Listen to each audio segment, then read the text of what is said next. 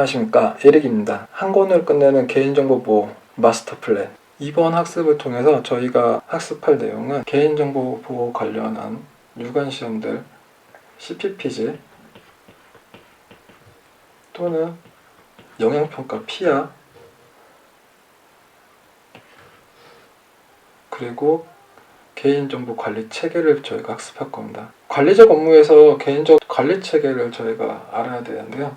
관리 체계 일부분이 이제 개인정보 보호 업무이죠. 그래서 개인정보 보호 업무가 단순히 개인정보 보호법만 학습한다고 개인정보 보호 업무를 하는 게 아니죠.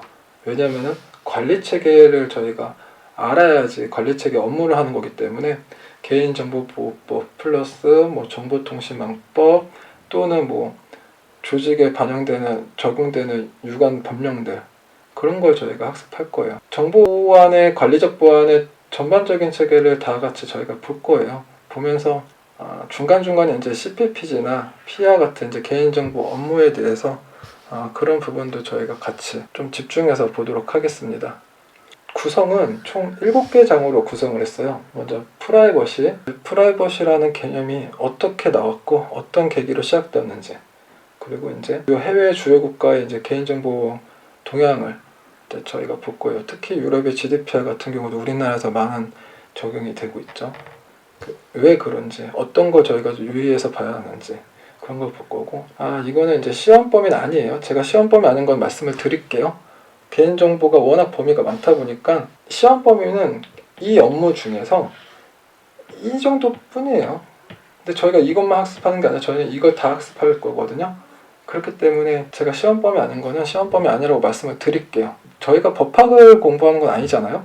법학을 공부할 거 아닌데 이걸 왜 알아야 되냐면, 개인정보보호법은 되게 작은 법 하나일 뿐이에요. 저희가 수많은 법을 이제 다뤄야 되거든요. 위치정보보호법도 다뤄야 되고, 그 법에 다루기 앞서 최소한 저희가 법의 이제 법률하고 법령은 구분하고 어떤 게 상위법인지 어디까지가 법령인지 그런 가장 기본적인 것만 이제 저희가 볼 거예요. 그리고 이제 개인정보보호법에만 적용되어 있는 몇 가지 이제 주요 사항들, 아니면 주요 이슈 같은 것, 항상 꼭 중요한 문제 같은 거, 그런 걸 좀 볼 거고, 중요하죠. 개인정보 라이프 사이클, 수집, 이용, 제공, 보관, 파기. 개인정보 수집해서 처리하고 파기하는 모든 과정에 대해 가장 중요하기 때문에 법에도 명시가 되어 있어요. 그런 부분은 저희가 한번 짚어서 볼 거고, 이게 가장 중요하기 때문에 어떻게 안전 조치할 건지, 어떻게 안전하게 개인정보를 처리할 수 있는지, 약간 좀 기술적인 부분도 들어가는데 전혀 어렵지 않아요. 천천히 하시면 돼요. 그리고 정보 보안에 대해서 이제 평가 제도가 있죠. ISMS라든지 국내 KISMS죠. 아니면은 영향평가, 개인정보 영향평가, 또는 공공기관의 개인정보 수준 진단, 그런 거에 대해서 어떤 걸 저희가 이제 중점적으로 증빙이냐 증적을 준비해야 되고, 어떤 부분을 수립해야 되는지, 그런 부분을 저희가 학습할 거예요. 첫 번째로 프라이버시에 대해서 학습하도록 하겠습니다. 프라이버시란 역사적으로 이 개인정보 프라이버시가 학문이 오래된 학문이 아니에요. 다른 학문들처럼 몇백 년이 된 게 아니기 때문에 길어야 이게 지금 50년, 60년 그 정도밖에 안 됐기 때문에 어떻게 처음에 프라이버시라는 개념이 생겼고, 그로 인해서 프라이버시가 어떻게 자기정보 결정권으로 확립이 되었는지, 그런 과정을 한번 훑어볼 거예요. 제가 여기서 시험 범위 아닌 내용이 많아요. 그냥 전반적인 개인정보를 저희가 학습하기 앞서서 필요한 이 발달된 과정을 제가 담은 거기 때문에 시험 범위 아닌 건 아니라고 제가 말씀을 드릴게요. 전반적으로 같이 보시면 많이 도움이 되실 거예요. 이제 처음에 이제 프라이버시라는 개념이 이제 생기게 된 게 이렇게 정리를 해놨는데, 대표적인 사건이에요. 다 대표적인 사건들 중에 제 6가지를 정리했는데, 이 워렌 사건이 가장 중요해요. 왜 그러냐면 이 워렌 사건으로 인해서 프라이버시라는 개념이 처음 계기가 되어가지고 처음 이게 확립이 된 거거든요. 어떤 사건이냐면은 되게 유명한 변호사가 있어요. 유명한 변호사 워렌하고, 워렌의 부인은 또 미국 상원의원의 딸이에요. 수많은 사람들의 항상 관심 대상이었죠. 그래서 많은 언론사로부터 이제 많은 보도도 되었고, 그런데 이제 워렌 딸이 결혼을 하게 돼요. 결혼하게 되니까 워렌 부부는 또 이제 황색 언론이 또 될까봐 우려스러워가지고 이제 결혼식을 알리고 싶지 않았어요. 근데 이것까지 결국에는 언론사에 알려지게 되었고, 그러다 보니까 또 언론사들끼리 또 경쟁하다가 사소한 내용까지 이제 언론사를 통해서 이제 보도가 된 거예요. 그러니까 너무 사소한 내용까지 이제 보도가 되니까 워렌도 참다 이제 못 참은 거죠. 또 워렌은 이제 법조인이잖아요. 변호사잖아요. 그래서 워렌 친구 이제 브렌다이스랑 같이 이런 침해 사건에 대해서 법적 요소로 이제 연구를 해요. 그래서 친구랑 같이 이 프라이버시 권리론이라는 논문을 발표하게 되죠. 이 논문에는 이제 혼자 있을 권리를 계기하게 되는데, 이게 이제 미국의 최초가 되는 거죠. 처음 이 사건을 인해서 이제 이때부터 이제 프라이버시라는 게 처음 이제 언급이 되고 점차 이제 수용이 되기 시작한 거지, 이때부터 이제 받아들여지진 않았어요.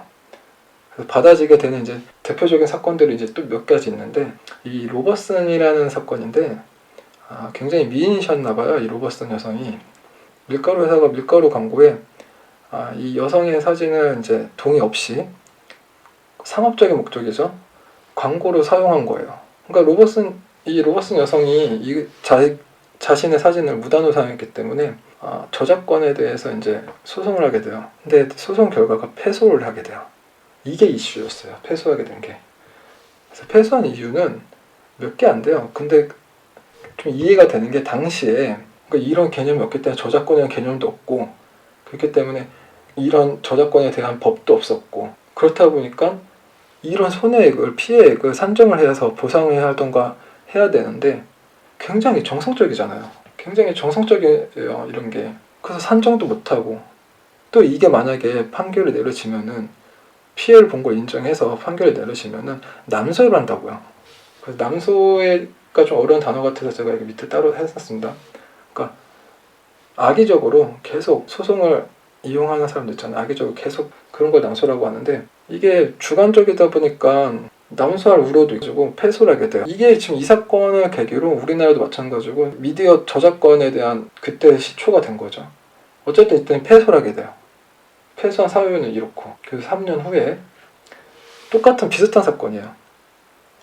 이분의 이제 사진하고 이분이 어떤 기고를 했는데, 기고한 내용을 보험사가 동의 없이 상업적인 목적으로 광고에 인용을 하게 돼요. 근데 이분도 마찬가지로 소송하게 되는데, 이분은 이제 손해배상을 인정을 받았어요. 그러니까 처음 인정받은 거죠, 프라이버시에 대해서. 그 이유가 워렌의 혼자 있을 권리에 프라이버시권이 적용이 되고, 몇 년 전에 패소한 사유를 반영해가지고 이게 처음에 프라이버시 손해배상으로 인정을 하게 되는 첫 번째 사건이 되었어요. 근데 이렇게 했다고 바로 이제 또 적용이 되지 않았죠. 그때까지도 미국 굉장히 보수적이었거든요. 이게 좀 계기가 되었어요. 좀 중요한 사건인데, 한 여성이, 매춘부였던 여성이 매춘 과정에서 이제 살인 혐의로 재판을 받게 됐어요. 그래서 재판 결과는 무죄예요. 무죄가 났다는 거고 범죄 행위가 없었다는 거죠. 판결 후에 이 여성이 이제 과거를 청산했어요.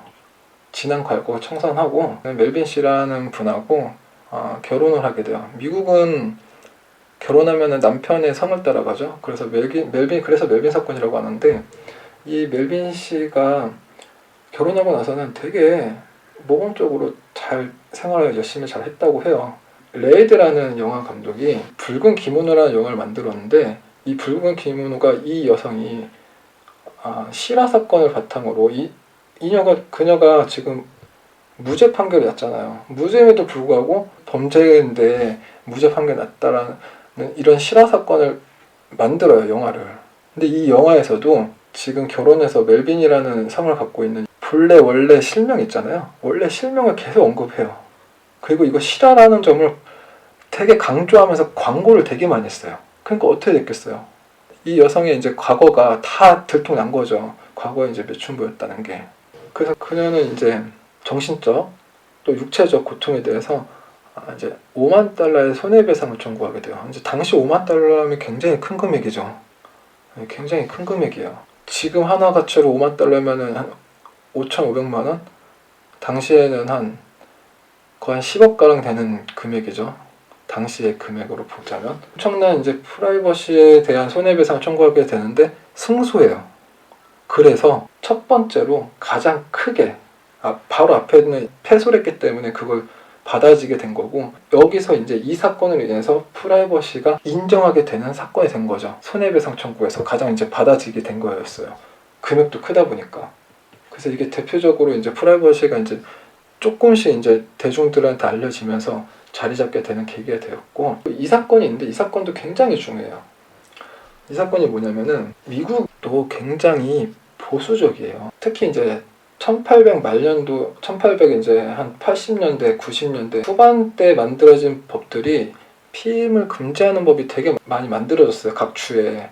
그래서 컴스터 로 법이 많이 만들어졌는데 피임 금지법이에요. 그래서 많은 주들이 다 이거를 그때 다 만들었어요. 그런데도 뭐 그냥 사실 법은 옛날 법이기 때문에, 옛날 뭐 1800년도 만들어진 법이기 때문에 사람들 그냥 인지를 잘 안 했었죠. 그렇게 그런 시대였는데, 벅스톤이라는 교수분하고 이 그리스월드라는 분이 이제 어떤 한 의료기관에 재직을 해요. 재직할 때 이제 결혼한 부부들한테 이제 뭐 피임을 처방하는 사건이 되는데, 피임을 처방해가지고 61년도에요. 61년도에 피임을 처방하게 되는데, 이걸로 인해서 현장에서 체포가 돼요. 왜냐면은 이게 아무리 옛날 법이라도 사람들이 많이 인지하지 않고 안 따른다 하더라도 법은 법이기 때문에 결국에는 범죄로 보는 거예요. 그래서 유죄 판결을 받았어요. 65년도에. 61년도 체포돼서 수많은 이제 사람들이 이제 투표도 하고 뭐 그렇게 했었어요. 그래서 미국 연방 대법원이 나서가지고 연방 대법원에서 이제 결국에는 이 법령이 위헌이라고 헌법에 명시를 하게 돼요. 헌법적으로 자기 결정권을 인정을 하게 돼요. 기존의 프라이버시는 되게 개념이 인지도가 낮고 이거를 잘 몰랐던 그런 시대였는데, 이 사건을 계기로 헌법에 자기결정권을 권리로 이제 승인하게 되는 사건이 된 거예요. 근데 그 후에도 코네티켓주거든요. 코네티켓주가 이제 미국의 중남부 쪽에 있는 주인데, 그럼에도 불구하고 미국 대연방법원에서 위헌이라고 판시를 했는데도 이 도덕적인 문제 때문에 피임은 금지라고 끝까지 주장하고 벌금도 더 세게 계속 시행했다고 해요.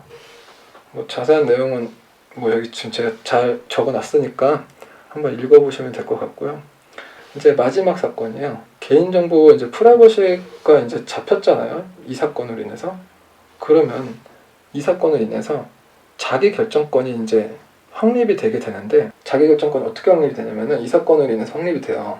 지금도 마찬가지겠지만 이 낙태에 대한 문제는 생명권 우선이냐 자기 정보 결정권이 우선이냐, 여러 좀 논란의 소지가 많죠. 지금도 마찬가지고 미국도 마찬가지예요. 미국에서는 수많은 이 73년도에 많은 주에서는 낙태가 금지였어요. 낙태가 허용된 주가 불과 6개 주였나? 5개 주 이거밖에 안 됐던 것 같아요. 제가 봤을 때는 이 5개 주만 낙태가 가능했어요. 그러니까 나머지 주는 낙태가 불가능한 거예요. 그러면 이제 가정 형편이 안 좋은 사람들은 낙태를 못 하잖아. 아니면 먼 다른 주까지 가서 낙태를 해야 되는 거잖아요. 그래서 어떤 한 여성이 자기가 텍사스 주에 살고 있는데 텍사스 주에 대해서 낙태 금지에 대한 법을 이제 위헌을 소송하게 돼요.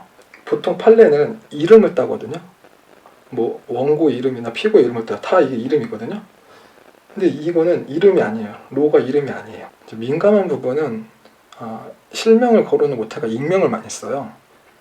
그래서 이걸 익명을 썼는데 결국엔 승소해서 이 여성이 결국엔 나중에는 본인의 실명을 밝혔어요. 로우라는 이름이 아니라 그냥 우리나라 말로 아무개, 아무것, 그냥 이런 의미예요.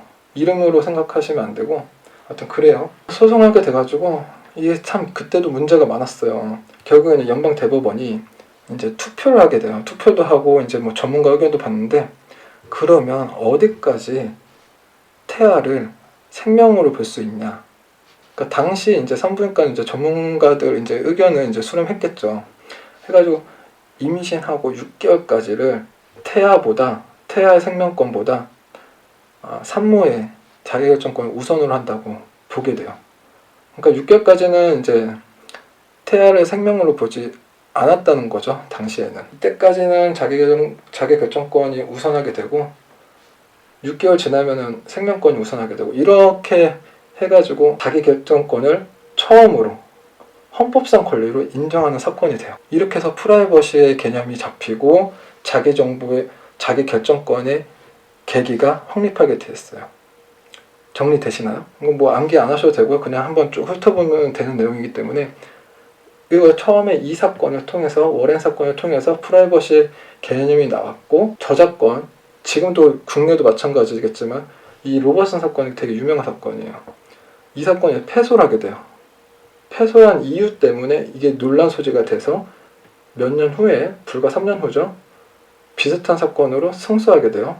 프라이버시가 손해배상에 처음으로 인정이 되고 이때까지도 굉장히 약했죠. 그 개념이. 근데 이 멜빈이라는 여성 때문에 결정적으로 프라이버시라는 개념이 손해배상에 확립하게 됐고 코네티켓주에서 자기 정보 결정권을 받아들이게 되죠. 그 이후에 로 사건으로 인해서 자기 결정권이 확립이 되죠. 이렇게 해서 프라이버시라는 개념이 발달이 되고 확립하게 되었어요.